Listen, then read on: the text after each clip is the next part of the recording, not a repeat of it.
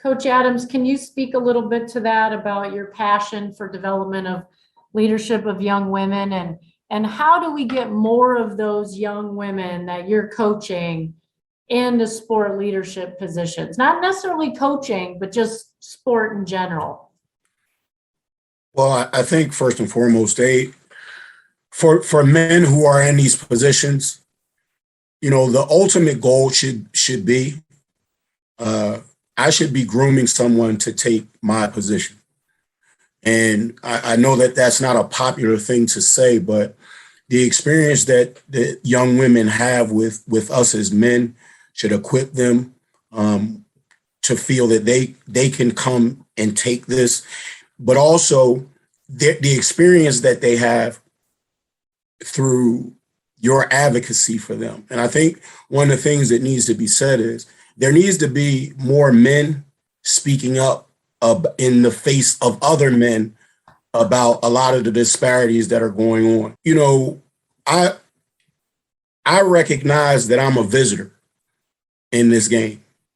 And, you know, every day I'm thankful for the opportunity to be in it and to lift the young women that I work with. I've had an opportunity. I actually recently just hired one of our former players for Cheney as my assistant coach at the Shipley School. And I'm very excited to have an opportunity to help young women get into coaching. But I recognize that the experience that they have with us as a coach has a lot to do with that. If they have negative experiences as coaches, and then, you know, you juxtapose that to what young people see they see coaches go through, right? The different challenges that they face, you know, as Charnea talked about, you know, people don't want to deal with that. But I think when we look at what we do as not just coaching a sport, but really having an opportunity to influence and really be change agents. I tell people all the time, I came up in an era where I watched John Chaney, Vivian Stringer, Pat Summitt, John Thompson. I watched coaches who were not, they were great at their craft, but they were not scared to utilize their influence to impact what was going on in communities. And I feel that we need coaches that want to step out there and do the same. I think we get really, everything is about coaches getting a job. And we kind of sometimes lose, you know, our connection to what our true ministry should be about. And it should be lifting communities and helping. Yeah, first of all, the statistics are staggering, right? When we think about it. And even, you know, there was a report, I think in 2018, that Black women are 6 times more likely to be fired, forced to resign without second opportunities, more than any other group, and Black men being 3 times more likely. And so, you know, for me personally, being a head coach, being at Pepperdine, not having my contract renewed, the question I had to ask myself was, now what, right? So much of our identity, I kind of talked about this earlier, my identity as being a coach for all the years, over 20 something years of being a head coach. The question is now what? And so I really went through, again, that kind of transition, that phase of rediscovering, defining and redefining who I am outside of this realm as coach. One that I knew starting from being an athlete, moving into the coaching ranks and knowing that there's lack of opportunity there. And so it really did kind of force me in some ways to say, okay, now what do I want to do?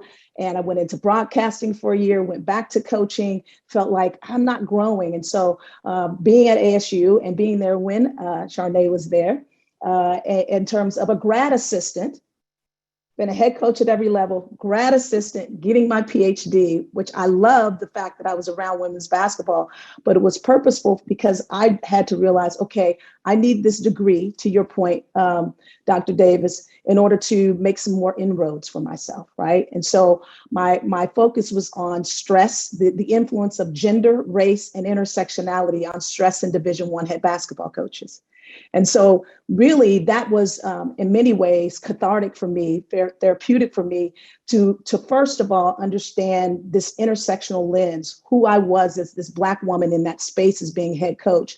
And to your point, I didn't have language to really understand what I was going through until I went through this, cathartic kind of exercise, dissertation, PhD, to understand that women, and when we look at the lens of stressors for women versus men, all said, I'm stressed because, I don't get to spend a lot of time with my family. But then when you use that intersectional lens, right, to really analyze that data, well, men were saying, I really miss time with my family, and my wife does an amazing job of taking care of the household. Women were saying, I really miss time with my family. I've got to go home and work the second shift. And so we've got to look at those dynamics in terms of, why women aren't able to stay in these positions, or what support is the environment, the athletic department giving in order to help support the unique needs that women may have. And so I think when we begin to investigate that and support them, not just in, blanketed resources, but meaningful resources that are going to really make a difference. One coach said that her AD or president, I think, who was a woman, said, in your contract, we're going to put that if you need to take a nanny with you to when you travel, we will pay for it. We will pay for an extra ticket. So that's meaningful, I think, ways in which we can really address some of the disparities that we know exist in the athletic environment. How do we create change? What are some tangible strategic things that we can do to get more men on board, to push the needle, to change the system, that we can sort of think about as we wrap up this panel? Well, I say that there's a lot of people really doing great work. Black Coaches Association, the Women of Color Coaching Association. There's a breakthrough summit happening. What is it? 1 week, 2 weeks? I don't know what time is anymore, but that is from We Coach, right? That is an organization that's committed to doing this work and has a specific tenet that creates mentorship opportunities for coaches of color, targeting where a lot of Black women especially get stuck at the SWA position, right? Because it's easy to be stereotyped as like, you're a woman, so you're nurturing and you're doing this and you're doing that, but it becomes a dead end, right? And thinking about, there's already organizations and people. So sometimes it's not a matter of recreating a wheel, but investing what's already kind of churning. And I think that when we're thinking of investment, as an individual, you have a capacity to demand little things like, can I get this game on my cable package?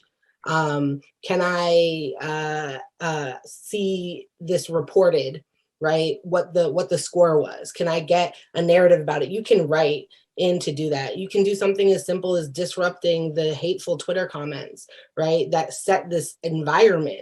You talk about disruption, Coach Adams, it set this idea, right? That it's women's basketball is something to be mocked, right? Something that is always the butt of the joke. Even just being like, that's not funny, right? That's old. A sandwich joke, okay, heard it, and those are like little individual things. But I think on a structural level, when we're talking about investment, it's important to understand that even well-meaning people in these systems can continue to not invest in women's sports because it's not incentivized. The men's tournament, right, makes money for the schools. There's literally an incentive to invest in your team. So the further they go, the bigger the check your school gets. There's no comparable thing like that on the women's side at the D2, 3 level or in HBC tournaments. And so thinking about how something like that needs to be disrupted, because it means that even well-meaning people who get through these pipelines and get in there are going to be in positions that require them to invest singly and not spread the wealth. And lastly, you can't be what you can't see. And so telling stories of folks in leadership positions who have been there, who are doing the work now, and who continue to be there, uplifting those voices, centering those voices, and disputing kind of tired narratives does the work, because you never know who's watching and you never know who now has a blueprint, right, to shake up the game in their own way. We've all sort of been talking about, we're sort of talking around, but about growing and developing women's leadership in sport, specifically women of color's leadership in sport. Nikki, I know you have some thoughts on this. Perhaps you want to start us off. What are kind of like maybe two tangible things that we can do to grow women's leadership in sport? First, we got to examine, who's making the decision. I think it starts at the top. And, coming from the SEC where, we had 7 Black head coaches, you have a conference that has 0. Now that is amazing to have. Do you want to call out that conference? Oh, the Big 12. Yeah, Okay. I was about to do it for you. The Big 12. It's like, and I'm just saying this because I'm at this point in my life, right? I'm going to be 50. Julie, I know we look good for our age. We do, but I'm well beyond 50. But that's why I said you look good for your age. I'm not trying to tell anybody your age. I appreciate you. Be careful, women over 50. We have things to say. We're not taking absolutely. We are not. So one, I would look to that.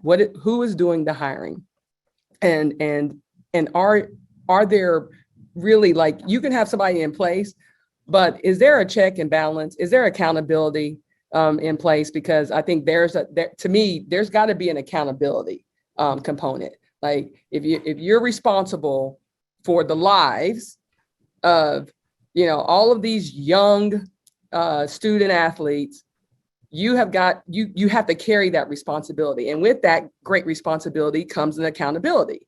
And so when you're failing in that area, whether it's diversity, equity, inclusion, or equal pay for women doing the same job, you should be held accountable for that. Just like as a coach, we're held accountable for graduating our students, making sure that they perform on the court or on the field. There's an accountability there.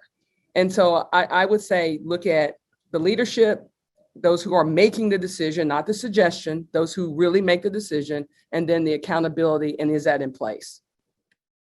Charnea, what were your experiences as a recent college student athlete around some of the things that the other panelists are talking about that you can speak to? I would probably say the inequality with women in sports as compared to our counterparts, the males. Specifically my years, I remember in the beginning, it was more so the men would receive more resources than we were, or we would receive the resources after the fact that the men got them, just specifically because they got them. I would also say this was past my years, but with the NCAA tournament and the weight room incident, it was clear as day. They have a full maxed out weight room. They can get what they need done. And the women had little dumbbells with yoga mats. So just the dynamic of the support that men receive and the attention they get and the media that they get promoted compared to women, I would say it really impacts the players, honestly. As much as we try to focus on our game and the purpose of the game and, trying to win, staying together as a team, we also do notice if the men play before us, crowd full of people, here comes our game. It's kind of like, okay, now we're gone. The men left, we're going to leave. So just kind of, I would say more exposure. And as they talked about, more education on the basketball side for women, I think that would lead to more support. So I just want to thank the panelists for their insights, their collegiality, their wisdom, their advice, and their time. I know I've learned a lot. I've got pages of notes down here. And thank you to GSI for having us all. Back to you, Brendan. That closes us out for another GSM Live. We're taking a break for December, but we will be back in January talking all things sports gambling. So I hope you'll join us then. And everybody enjoy your weekend and enjoy the holidays.